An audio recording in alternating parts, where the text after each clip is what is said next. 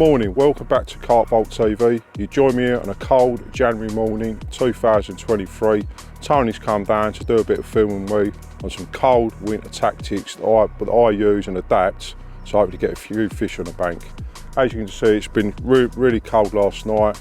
I got here after work, after a 2-hour drive, as I'm working around at West London at the moment. So it's a 2-hour round trip back round to here. Come down to this end of the lake. There's a lot of rushes down here, and obviously carp do like to spend a lot of time in rushes in the colder months. So what I'm going to do is go through all the sort of rigs I use, how I adapt to this sort of style of fishing when it's cold, and obviously hopefully try and get a fish on the camera for you later.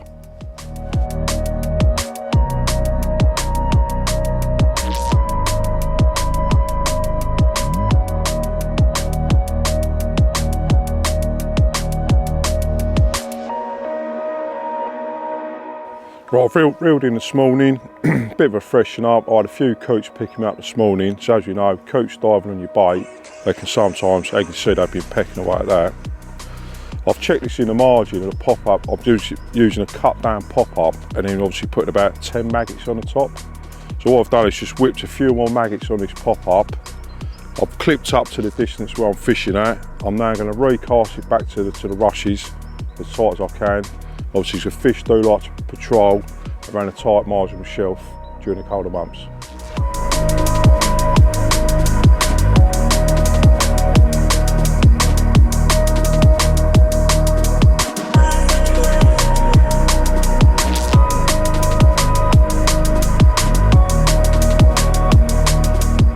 Now, as you can see, I'm snag fishing, so get this drag nice and tight. And what I see a lot of people when they're fishing, which I don't really understand myself, is always get your butt rods clipped nice and tight back in. I really don't understand why people want to have their rods sitting there when they're snag fishing and your rod's not locked in nice and tight. Last thing you want to do is be losing a rod and a fish tethered up somewhere with a rod attached to it. I'm just going to clip this back on here now. That drags nice and tight.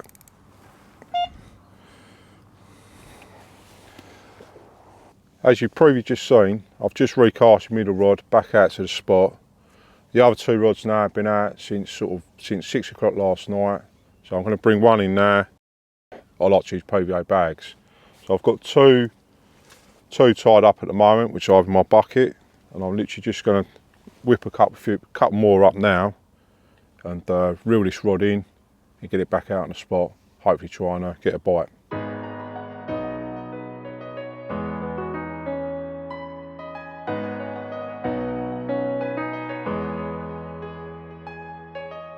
As you can see, I've just tied a new PVA bag. This is a new product from Carp Vault called Vault Ooze. This one's called the Piranha. The boys have been doing really well with the pot shots on the Piranha ones as well, so I'm going to have a go at this one. I'll make a little hole in the PVA bag now and inject some of this liquid into here.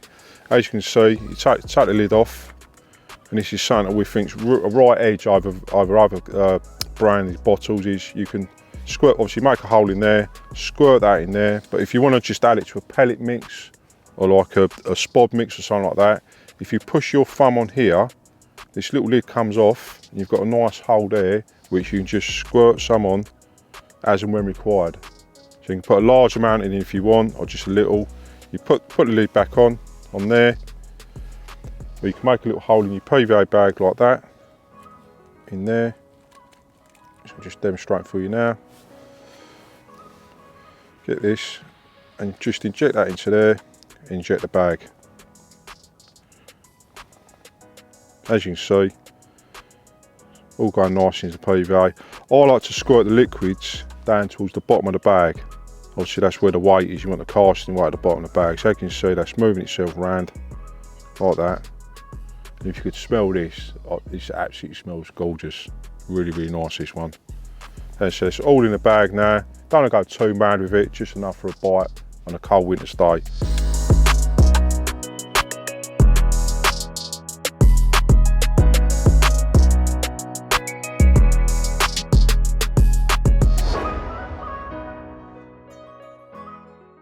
Right, as you can see, I've got a different setup with me this weekend. This is a setup I've been using now for about the last 6 months, and I have to say I'm really impressed with it. These are Sonic Xtractors, 3.5 pound test in 10 foot. Obviously the reels I've got here as well. These are Akuma reels, very underrated, but they're very cheap as well, so they're good on the pocket. The reason I've been using this setup is I work in London a lot, and unfortunately at the moment vans seem to be getting broken into all the time. For me to go to work, go and get my gear and come to fishing would take me even longer. As I previously said, it took me like 2 hours to get here last night, as I was working in West London last night. As you see, the spod rod, they pack down to like 55 inches. So as you can see, that literally goes under my arm. So if you want to put it in the boot of your car or something like that, or go away on holiday, it's a perfect sort of setup that doesn't take up too much room. I've been really impressed as well on how far this can actually cast. I was actually quite shocked myself. Like the other gear I use is like all from the Free Spirits sort of table, so I didn't think this would be as good as what the higher sort of branded items are. The whole setup in total cost me with reels. I've got 3 rods, 3 reels, a spod reel. Cost me about £350. That reel there, I actually managed to pick that up for 30 quid. It's an Akuma Big Bomber spod reel, and I have to say I'm mega impressed with that. For £30, I don't think you can actually get a better spod reel. If I step over to the rod bag itself is really padded as well. It's perfect as well. You get your throwing stick in there, you get a net down there. I can get my sling in there as well. It's more enough room in there for big pick reels as well. So as you can see, the zip on it is absolutely fantastic.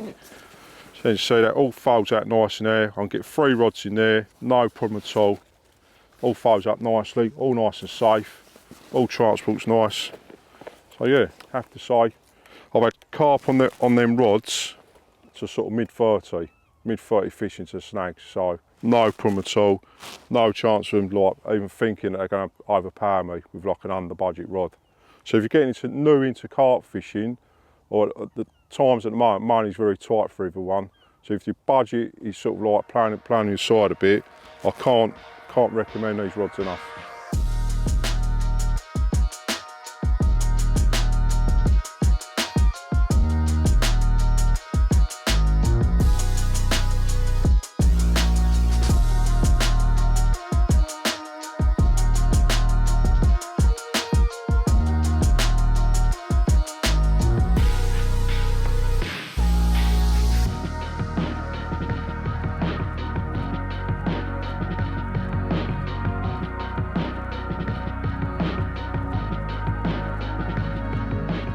As you can see, I've just moved swims, moved up to this end of the lake. Obviously I've done a good 24 hours down there looking in the snags, having a little cast around.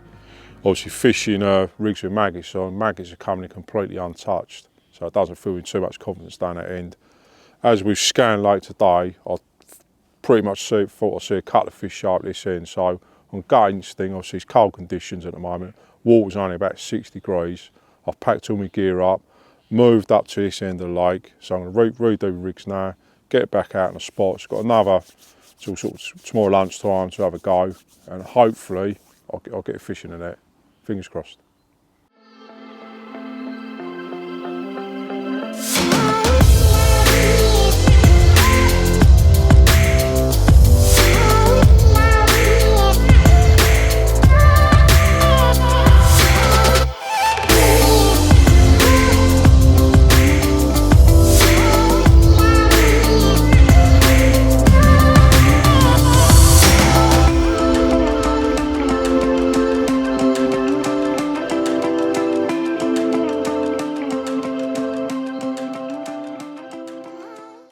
Good morning. As you can see, the lake is completely frozen. Only about 2 or 3 foot of clear water in front of me at the moment. My lines are currently under the ice and I'm packing up and going home shortly. Please can you like and subscribe to the channel for more upcoming vlogs and videos. If you require any information, don't forget to direct message on carpvault.com. Soon to be released is the upcoming Vault Ooze. Please look out for this one, it's going to be mega. Thanks again for watching. All the best. See you soon.